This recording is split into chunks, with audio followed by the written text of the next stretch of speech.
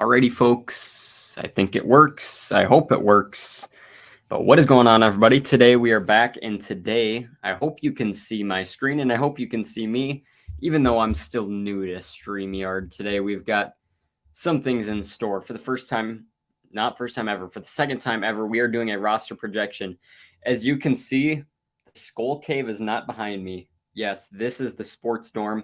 My dorm room is behind me. I'm in college now. And yeah, so I have actually kind of limited time to film this. I have class at 2 o'clock Central Time, and it's 1:07 right now. So I'm going to have to kind of whip through this in order to be able to do it, but I'm excited, and thank you guys for watching. So you guys can see here, let me flip over. That is the roster projection I have. I also have a roster projection on this side too. I'm going to go through it, explain. I'd made this, I think, on Friday of last week. I'm going to go through it. Some of it, I know cuts have been happening today and yesterday as well. So let's just kind of ignore that, because I was hoping I'd film this before cuts would happen, but didn't work out. I'm a busy boy. College is life. So you can see here that the roster, it says 88 out of 91. It's actually lower than that now. I just haven't updated it. I was at class earlier, and then I ate lunch and just got back right now to film this, all just to head right back to class. So ignore all the figures on like the right side of the screen because they're inaccurate. With that said, now we are going to get into this, folks. Let's do this. So you can see clearly on screen, this is the, I don't know if you guys can see my mouse or not. Can you see my mouse? Maybe not. That is the roster projection I have. I'll go down. So that's the 53.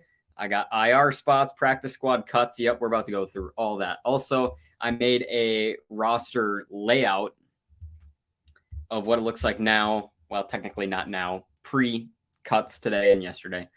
But we're going to go through this, and I'm going to share my thoughts. And yeah, I got to see some of these players in person. I was actually at the game Saturday, which was fantastic. But yeah, here we go, ladies and gentlemen. Let's do this. We're going to kick it off at the quarterback position. I'm keeping 3 quarterbacks on the roster as of right now. They have 4.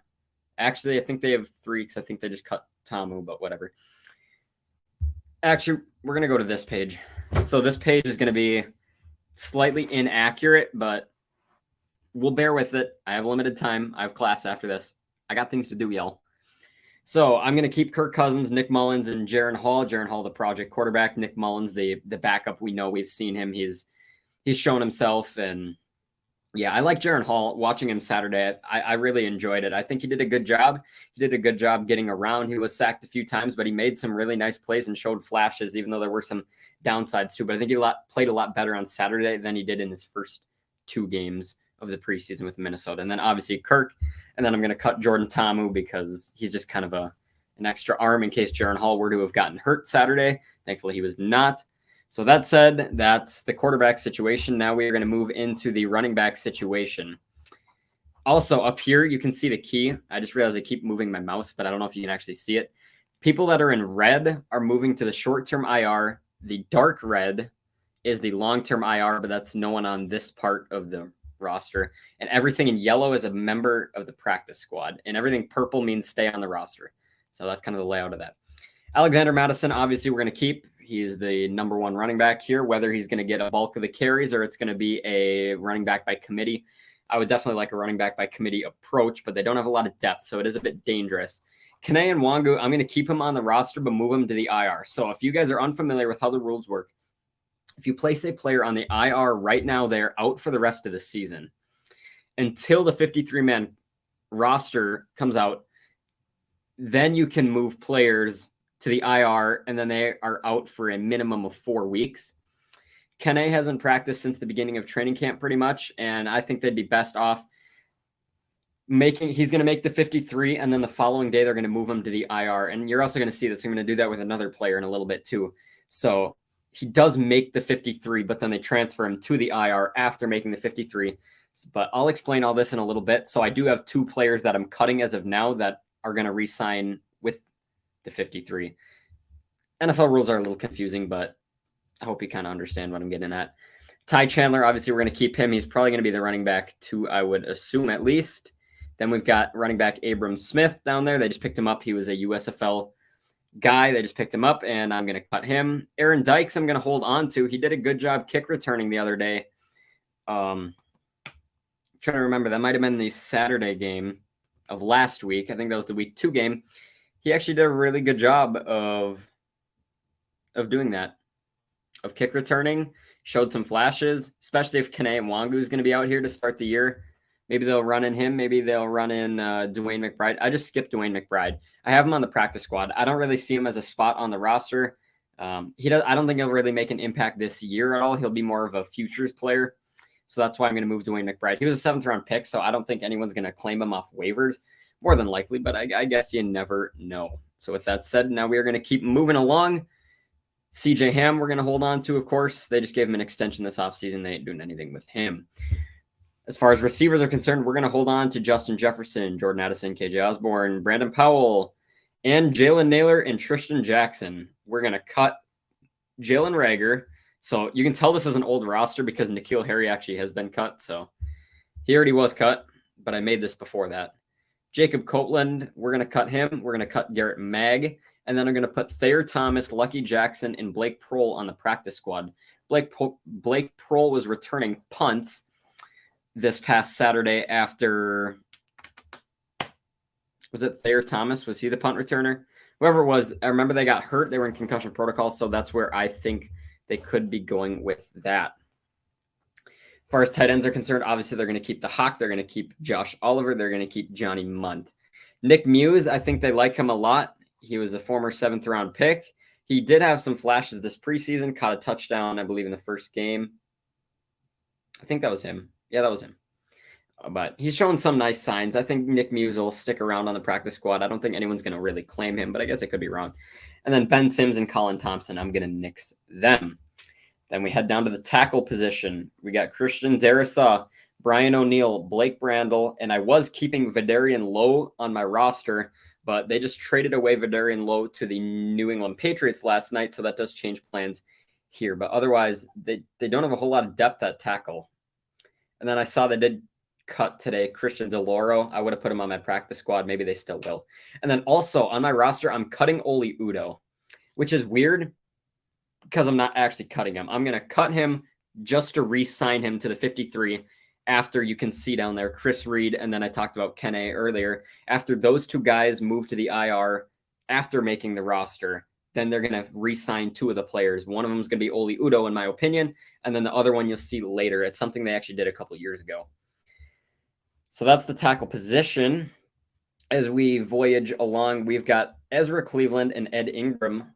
I'm holding on to both of them. Obviously, they're the 2 starting guards. They need a lot more depth at guard. I mean, it's just sad looking at that guard position and what they have. And Dalton Reisner, maybe they'll kick Ezra Cleveland to left tackle. He can become the backup left tackle. They signed Dalton Reisner to become the starting left guard, and then boom, then you just have Ed Ingram, who's bad. But that's that.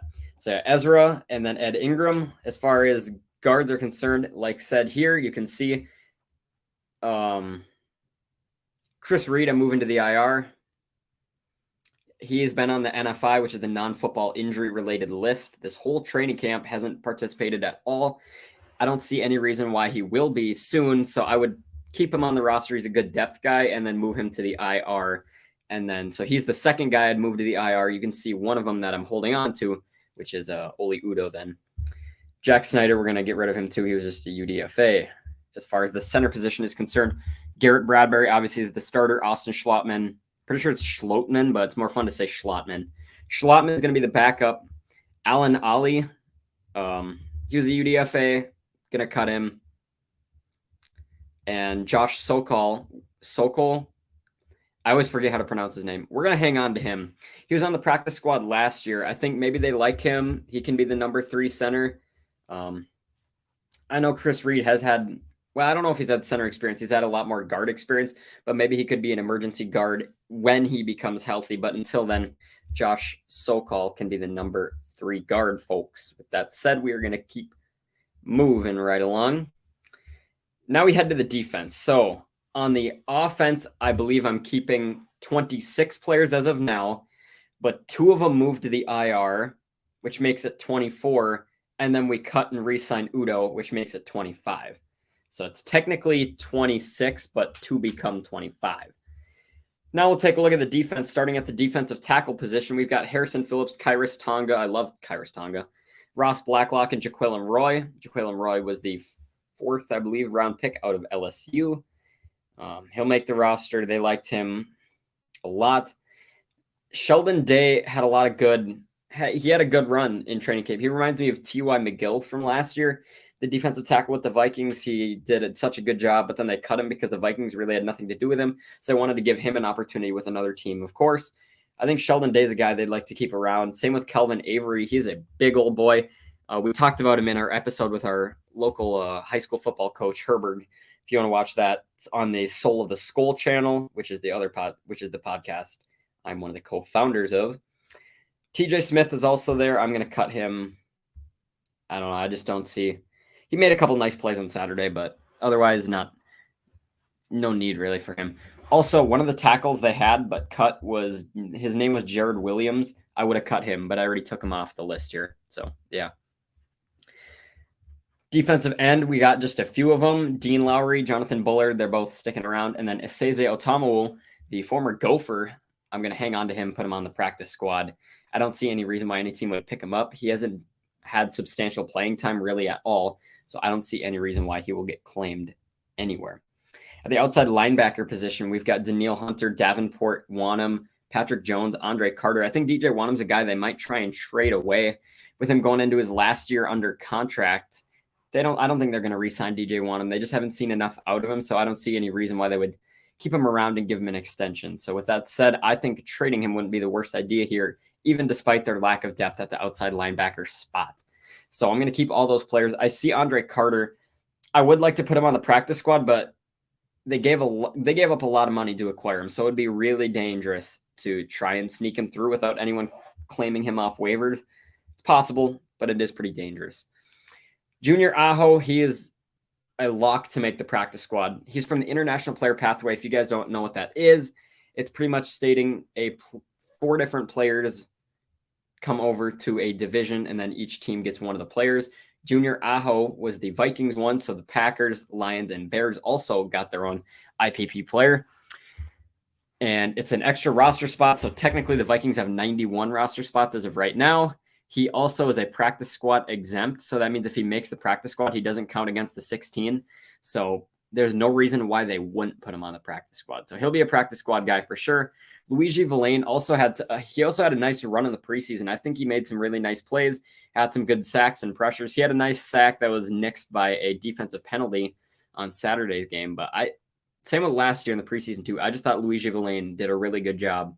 And I think he could make an impact in the future, potentially as a rotational guy.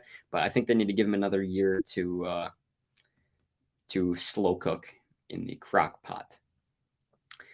Also, they have Benton Whitley. I can't pronounce his name for a minute. Benton Whitley. He had some nice flashes too, especially in Saturday's game. I thought I saw a couple good things out of him, but I just don't really see a spot for him, and someone's got to go. So I think he's the player it's going to be. The inside linebacker position, as you can see here, is actually inaccurate. They did have 2 more on the roster that they did cut, but I both had them as cuts. I'll explain it in a minute. Jordan Hicks, Brian Asamoah, and Ivan Pace Jr. are going to be the main 3 starting inside linebackers. They're going to obviously keep them all. I think they're going to hold on to Troy Dye. They like Troy Dye a lot. The 2025th round pick out of Oregon. He's shown some upside. He's really more of a special teams player, but I don't think they're going to give him an extension beyond this year with him being under his last year of contract. They also have Troy Reeder, the former Rams, so he's familiar with Kevin O'Connell. I don't see any spot for him on this team. Also, Abraham Beauplan, the dude with the huge hands. If you don't know what we're talking about, go check out Soul of the SKOL. I don't see any spot for him to make this roster either. They also had Tanner Vallejo and Wilson Huber. So I actually had them cutting Vallejo. They just signed him about a week or 2 ago. I actually had Wilson Huber making the practice squad. He was a teammate with Ivan Pace in college. So maybe that'll help them be buddies. Maybe, I don't know. So I had him on the practice squad, actually. So you'll see over here, unless I deleted them. So this version and the other version aren't accurate since I made them separate days. See, there it is. Wilson Huber. I had him on the practice squad, and I still think there's a chance he could hit the practice squad. I thought it was a bit interesting that they already cut him, but maybe they did that on purpose so no one claims him because they know the waivers are going to be flooded on Wednesday. And Tuesday and Wednesday, the waivers are going to be absolutely flooded with players. So maybe that's why they intentionally did it that way. Let's head back to the roster. I thought this was going to take longer than it is, but I don't know. All it is kind of just me sharing and giving a little bit of talk. There isn't a whole lot, I guess, for me to say on these fronts. I just realized there's something huge I missed at the beginning of the video. I'll share it at the end. Now we look at the corner position. Byron Murphy, obviously, is going to be one of the starting outside linebackers, but he might move to inside linebacker in special packages. Caleb Evans is sticking around. Andrew Booth Jr. is an interesting candidate. He might be another trade candidate, too. Andrew Booth, the former second-round pick just last year out of Clemson by the Kwesi Kevin regime. He's had definitely injury issues in college. He's just had playing issues also as well. He's a player that I think that I don't know where he's going to get in the NFL. I've seen all I needed to see from him. I know some people are still patient with him. I've seen what I needed to see. I'm ready to move on, but I'm not ready to cut him. If they can trade him and get some value, he's a former second-round pick. He's got value. So he's got a lot of upside. He just has to be able to stay healthy and prove that he has that upside. So I wouldn't be opposed to trading Andrew Booth Jr. They also have Mekhi Blackman, the third-round pick out of USC. Jay Ward, who is the safety corner hybrid. He made some really nice plays on Saturday. I think that solidified him a spot, at least in my opinion, it did. Jawan Williams, I think, is also going to be a potential starting outside linebacker too. It's going to be Byron Murphy. It's going to be a Caleb Evans. And the question is it going to be Mekhi Blackman? Is it going to be Jawan Williams? Going to be a bit interesting. And then on the inside, they're probably going to have Andrew Booth. I'm sure he's going to be the starting slot corner and maybe mixing in some Jay Ward too, since he's played safety outside and inside. He's got all the different experience. So he could be kind of a Swiss Army knife in this Brian Flores defense. That's going to be so complex. It's going to be beautiful. Jalen Williams and CJ Colden, I had them both on the practice squad. I just think Jalen Williams showed some flashes. CJ Colden also showed some flashes Saturday, but he also did have a couple head-scratching plays, in my opinion, at least. But I think, though, both of those, they were UDFAs this past year. They both could make the practice squad.